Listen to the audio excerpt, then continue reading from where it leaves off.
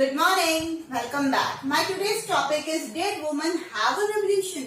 क्या वुमन ने भी revolution किया? Yes. और ये बहुत इंटरेस्टिंग टॉपिक होने वाला है, तो चलिए बढ़ते हैं आगे.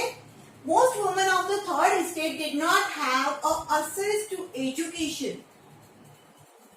थर्ड स्टेट की जो वुमन थी ना, थर्ड स्टेट की वुमन, उनको है ना बहुत सारे काम एक साथ करने पड़ते थे. जैसे कि वो घर भी संभालती थी, वो बच्चों को संभाल रही थी, वो रेवोल्यूशन के अंदर पार्टिसिपेशन शो कर रही थी. वो जब जो मैन थे घर के, वो जब वॉर में चले गए तो वो कमाने लग गए. उन्होंने फ्लावर बेचने का काम किया. जो वेल्दियर फैमिलीज थी वहां पर उन्होंने सर्वेंट का काम किया, है ना, बेकरी में काम किया. तो इस तरीके से क्या करने लग गई, वो सोसाइटी के अंदर अपने आप को एंगेज करने लग गई कि हम भी काम करते हैं, हमें भी इक्वल राइट्स चाहिए. बट राइट्स की अगर बात करें तो यहाँ पर उनको एजुकेशन का भी राइट नहीं था. जो वेल्थियर फैमिलीज की या फिर नोबल फैमिलीज की जो डॉटर्स होती थी, उनको ही राइट था कि वो एजुकेशन ले सके. तो पहला देखो डिफरेंस यहाँ पे नजर आ रहा है. सेकंड, जॉब ट्रेनिंग भी नहीं थी. एजुकेशन नहीं, बट आप छोटा मोटा काम सीख सकते हैं और उसको एज अ बिजनेस आगे बढ़ा सकते हैं. बट पहले ऐसी जॉब ट्रेनिंग भी उनको नहीं दी जाती थी. The wages of the working woman were lower than those of the man. अब क्या है, मान लीजिए कि दोनों ही सोसाइटी के अंदर दो मेन अंग हैं, मैन और वुमेन. आपको पता ही है, जिस पोस्ट पे मैन काम कर रहा है, चाहे वो, मैं तो कह रही हूँ, सर्वेंट का भी काम कर रहा है, और उसी पोस्ट पे अगर कोई वुमन काम कर रही तो उन दोनों के वेजेस के अंदर, सैलरीज के अंदर डिफरेंसेस होते थे. तो ये बहुत बड़ा एक ड्रॉबैक था. काम वो व्यक्ति भी वही कर रहा है जो वो लेडी कर रही है, तो उस काम के बदले में तनख्वाह अलग अलग कैसे हो सकती है. मैन है इसलिए उसको ज्यादा दिया जा रहा है और वुमन है इसलिए उसको कम दिया जा रहा है. तो इस तरीके की सोसाइटी के अंदर वुमन जी रही थी.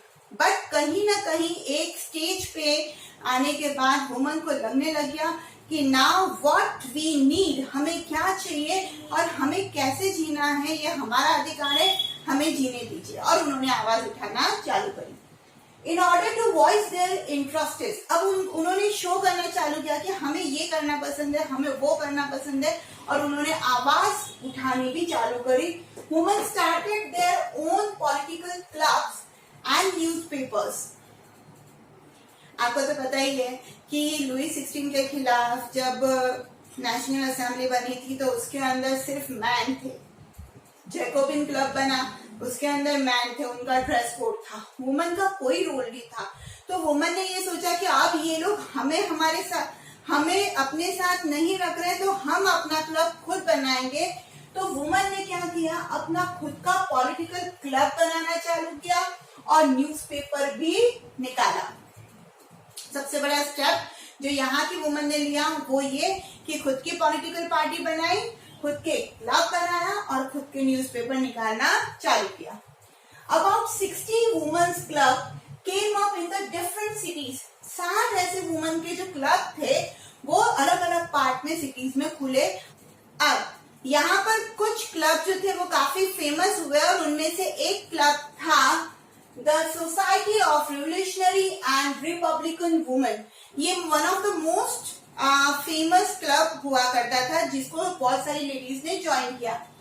There main demand was that women enjoy the same political right as man. अब यहाँ पर एक कॉमन डिमांड थी और सबसे बड़ी डिमांड भी ये थी कि उनको पॉलिटिकल राइट्स दिए जाएं जो उन्होंने मैन को दिए हैं. जैसे वोटिंग राइट हो गया, जैसे पॉलिटिकल लीडर बनने का राइट हो गया, है ना. तो ऐसे राइट वुमन भी चाह रही थी कि हमको मिले. They were disappointed the Constitution of 1791 reduced them to passive citizen. अब क्या हुआ, जब लुई 16 था तब तो भाई सवाल ही नहीं था कि ये राइट उनको मिल जाए. बट जब नेशनल असेंबली आ गई और उन्होंने कॉन्स्टिट्यूशन ड्राफ्ट करना चालू किया तो कहीं ना कहीं उनको ये लगने लग गया कि अब ये जो कॉन्स्टिट्यूशन बन रहा है उसमें हमें भी शामिल किया जाएगा, हमारे लिए भी कुछ सोचा जाएगा. उनको तब निराशा मिली जब उनको ये पता चला कि जो कॉन्स्टिट्यूशन बनाया गया है 1791 में उन्होंने वुमन को पैसिव सिटीजन में डाल दिया है जिसका कोई रोल नहीं है। आपको याद होगा कि मेरे प्रीवियस वीडियो में नेशनल असेंबली के मैंने आपको बताया था कि किस तरीके से एक्टिव सिटीजन और पैसिव सिटीजन में डिस्ट्रीब्यूट किया गया था सिटीजन्स को, राइट। एक्टिव सिटीजन कौन थे? जो 25 इयर्स अबाउ थे और जो 3 दिन की वेजेस, लेबरर वेजेस पे करने में समर्थ थे, एज ए टैक्स देने में समर्थ थे, तो वो एक्टिव सिटीजन आ गए और उनको पूरा राइट दिया वोट देने का। बाकी के बच्चों में सब लोग और वुमेन जो थे वो पैसिव सिटीजन की कैटेगरी में डाल दिया गया, जिनको कोई भी राइट नहीं दिया गया था, तो वो डिसअपॉइंट हो गई यहाँ पे। The revolutionary government introduced laws to improve the lives of women, creation of state schools, schooling made compulsory for all the girls, no force on marriages, divorce was made legal, women could now train for jobs, could become artist और small business, है ना। अब यहाँ पर क्या हुआ, ये तो 1791 का हो गया, बट जब जेकोबिन क्लब डाउन गया, मतलब उसकी सरकार गिर गई, और जब नया कॉन्स्टिट्यूशन बनने लग गया, नए इलेक्शंस हुए थे, कन्वेंशन नाम की पार्टी सामने आई थी, तब यहाँ पर क्या हुआ, इस चीज को देखते हुए वो जो गवर्नमेंट थी, रिवोल्यूशनरी गवर्नमेंट, उसने क्या किया, कुछ परिवर्तन करने की कोशिश करी वुमेन के प्रति। क्या लॉज निकाले उन्होंने कि अब हमें वुमेन की लाइफ को क्या करना चाहिए, इम्प्रूव करना चाहिए। उन्होंने क्रिएशन चालू कर दिया कि स्टेट्स के अंदर स्कूल होने चाहिए, ठीक है, और स्कूलिंग जो है वो कंपलसरी कर दी फॉर ऑल द गर्ल्स। जैसे कि मैंने पहले बताया कि भाई जो हायर क्लास की जो फैमिलीज होती थी उनकी डॉटर्स ही एजुकेशन ले सकती थी, बट अब सभी गर्ल्स के लिए क्या किया गया, एजुकेशन या फिर स्कूलिंग कंपलसरी कर दी गई।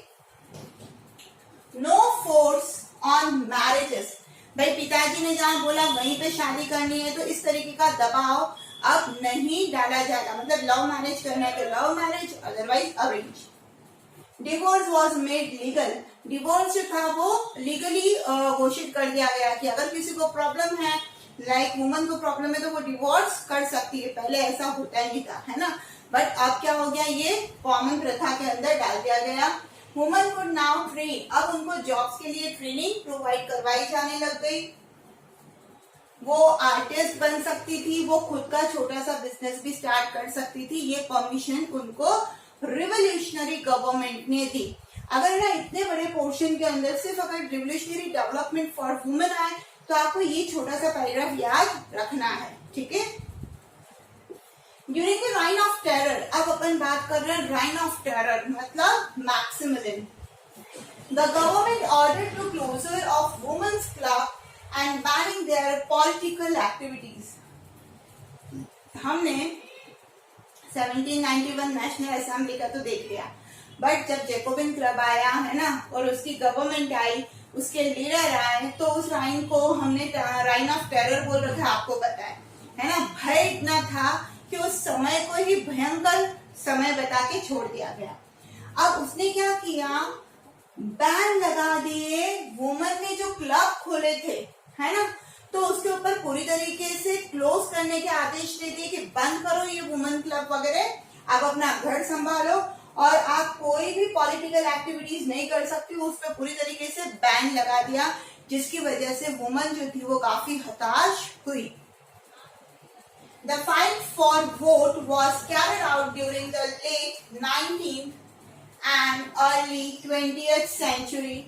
Finally, in 1946, बिल्कुल राइट डेट है, 1746 नहीं है, 1946, that women in France won the right to vote. अब देखिए, ये बोला गया कि ये जो पॉलिटिकल स्ट्रगल जो वुमेन कर रही थी अपने पावर के लिए, या फिर हम बोल सकते हैं अपने राइट के लिए, वो लेट 19th सेंचुरी से लेकर अर्ली 20th सेंचुरी तक चलता रहा। देखिए यहाँ पर है ना, एक 1791 से लेडीज जो थी वो क्या कर रही थी, पॉलिटिकल राइट्स चाह रही थी, है ना, बट उनको वो पॉलिटिकल राइट्स मिली कब, अप्रॉक्स 1946 में। 200 साल का लगभग मैं बोल सकती हूँ कि ये स्ट्रगल रहा है, 200 से थोड़ा सा कम, बट ये स्ट्रगल रहा है कहाँ 1791 और उससे पहले से चाह रही थी, और कहाँ 1946। कितना गैप और कितना स्ट्रगल इनके बीच में यहाँ पर हुआ, और फाइनली उनको 1946 के अंदर पॉलिटिकल राइट्स दिए गए, राइट वोटिंग के दिए गए। मतलब एक मैं ये बोल सकती हूँ कि किस तरीके से वुमेन ने यहाँ पर स्ट्रगल किया होगा, इसका अंदाजा लगाना भी मुश्किल है। अब इस पैराग्राफ पे बनता है एक क्वेश्चन। क्वेश्चन क्या है? How and when did the woman gain the political equality in France?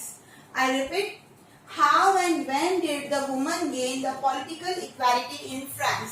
तो आपको यही आंसर लिखना है, 6 पॉइंट है, एज इट इज आपको लिखने पड़ेंगे। आई होप वीडियो क्लियर हो गया होगा। तो पढ़ते रहिए social studies with Sangeeta. Thank you so much.